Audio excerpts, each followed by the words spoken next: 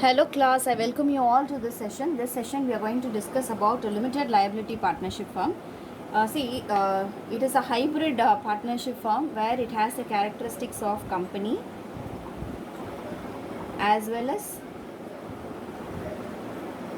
partnership firm. So, what is the main disadvantage of partnership firm is that the unlimited liability. It takes out that particular limitation and what it gives is that it gives a limited liability. That's why it is called as limited liability. Only one partner in the partnership firm will have unlimited liability. The other partners, the remaining partners will have limited liability. Okay, so this is what does this particular organization does.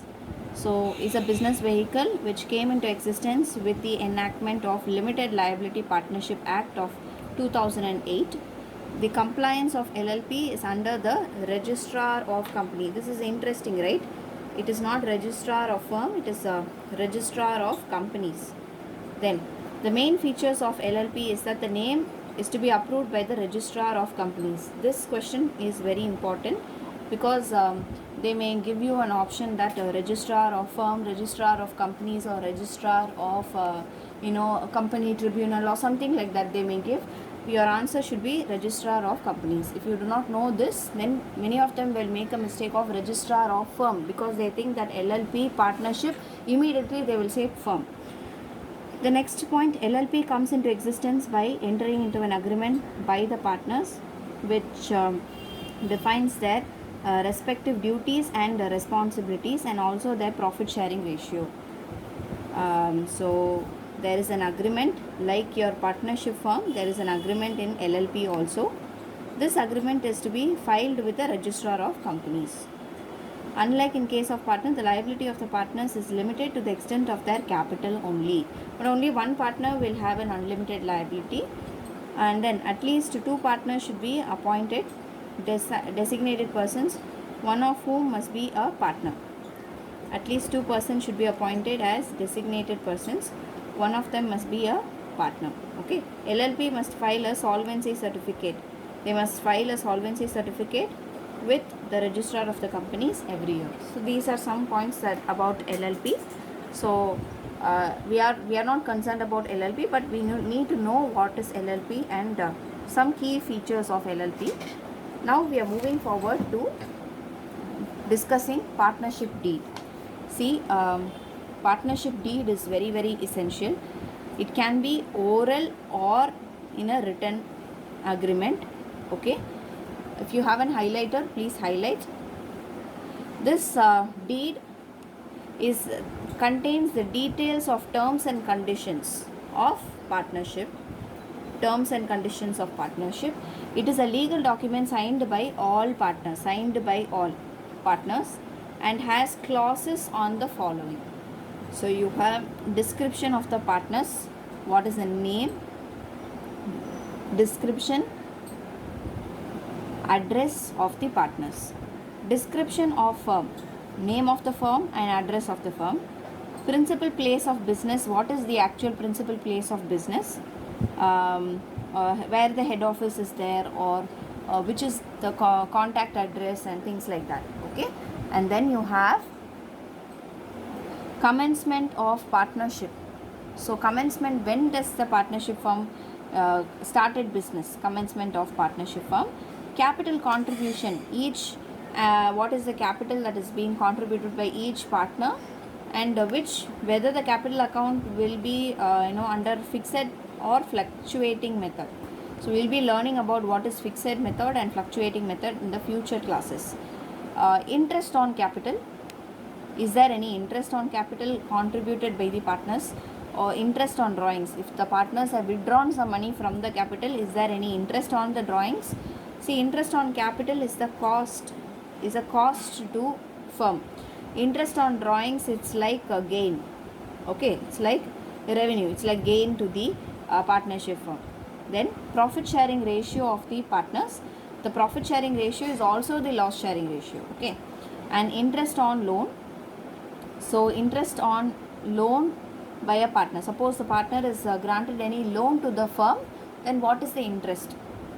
Then remuneration to partners, like salary or commission if they work for the partnership firm. Okay. And it should be there in the agreement.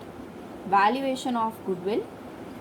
Method by which goodwill of the firm will be valued at the time of admission, retirement of the partner, or at the time of death of the partner. So valuation of goodwill, there is a separate chapter itself. We need to learn those chapters. So valuation, what is the method that they are going to follow at the time of admission, retirement and death. Then valuation of assets of partnership firm. In what manner they are going to value the assets in value in case of its reconstitution, which means they are starting the partnership firm afresh. Okay, so they want to reconstitute the partnership firm for admitting a new partner or adding a new provision, something like that. Then settlement of accounts. What is the basis of settlement of accounts in case of retirement or death or dissolution? Then accounting period. See, what is the accounting period that they are going to follow? Is it from Jan to December, or is it from April to March? Generally it is from April to March financial year, but some partnership firm may operate Jan to December also. Rights and duties of partners. You have the rights and duties of partners, which is to be defined clearly. What are their rights and what are the duties? Then duration of partnership firm, whether it is partnership at period or for a venture or at will, it should be clearly stated. The bank account operations. How shall the bank account be operated? Who will operate the bank account? And in case they operate, what is the deposit? How many times they have to deposit the money collected or withdraw, all these things. And death of a partner, how the firm is going to be continued after the death of the partner, or how it's going to be dissolved. Settlement of disputes. What is the manner of settlement of disputes? So all these things will be discussed based on our partnership deed. So you can see that partnership deed is very important. So we can see here the importance. It is a legal document. It is a proof that the partnership firm is in existence. It is important to have the partnership deed in written, and to avoid any future disputes.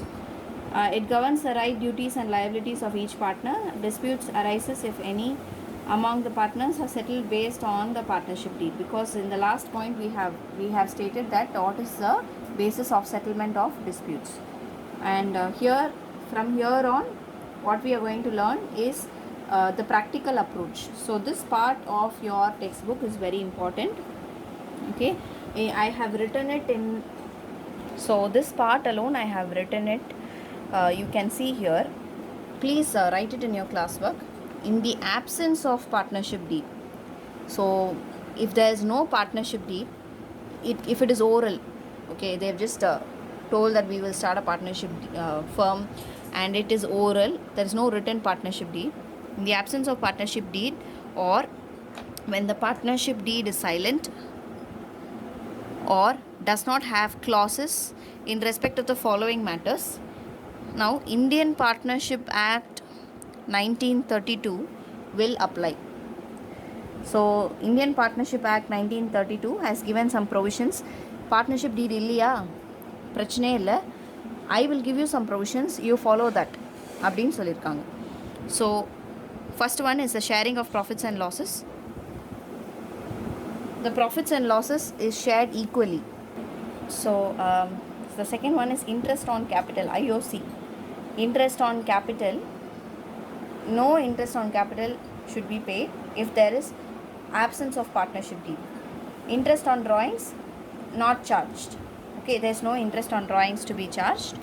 Interest on loans or advance by partners, it is 6% per annum. It is charged against profit. even if you are not having any profits, you need to definitely pay the 6% interest to the partner, whoever is giving loan. Okay, and then remuneration to partners is not paid.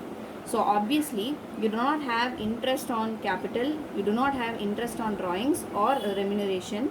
You only have what? You only have interest on loan, and profit sharing ratio is equally done.